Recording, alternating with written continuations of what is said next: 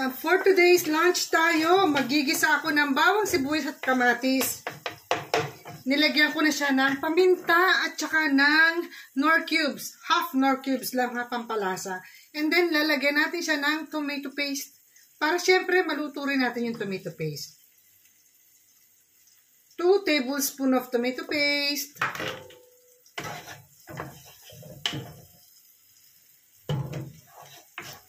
Medium heat. Meron tayong nabili ditong seafoods. Ito ang gustong kainin ngayon ni Fabio for lunch. Kung sabi kay Facho Tikwa, pasta or zupata ko na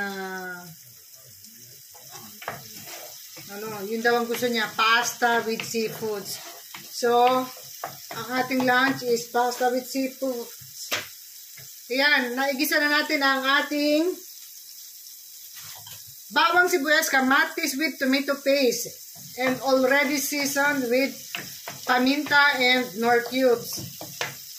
Wala ka namang Knorr cubes, pwedeng asin ha. So, ilagay natin itong ating seafoods. Half kilo. Ito ang ating isasahog sa pasta. Seafoods. Change menu tayo guys, hindi raw pasta. Gusto niya ng toast bread. So, wala akong toaster. Sinalan ko sa kawali. Lahat may remedyo. Ito yung ating seafoods. Dalang seafoods ko is practically is soup. So, pwede siyang lagyan ng toast bread. Isasaw-saw mo sa sabaw niya. Ganyan ang style na gusto niyang kainin ngayon. So, ayan. Mabilisang luto lang ito, ha, guys?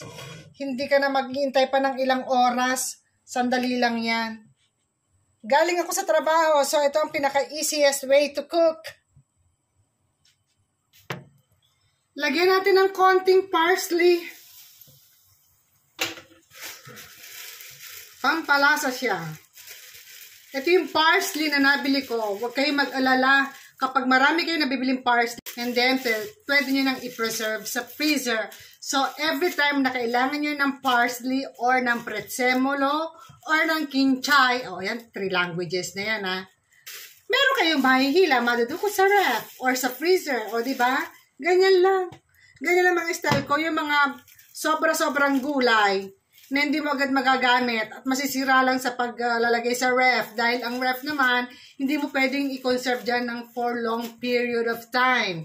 So, ang ginagawa ko, like onions, tinachop ko na siya ng maliliit, i-freezer ko na siya. Idem sa bawang, ganun din, hindi mawawala ang kanilang aroma, ang kanilang taste. Nandoon pa rin yun. So, yun ang technique, guys, para hindi masayang, para hindi mabulok yung mga gulay nyo sa ref, pwede nyo siyang i-preserve din sa freezer. Okay, guys? Tip yan ni Lola Cora.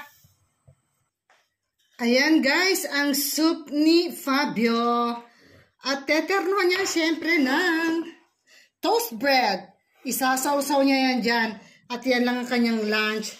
O, ito naman yung sa akin. Ito naman ang portion ko.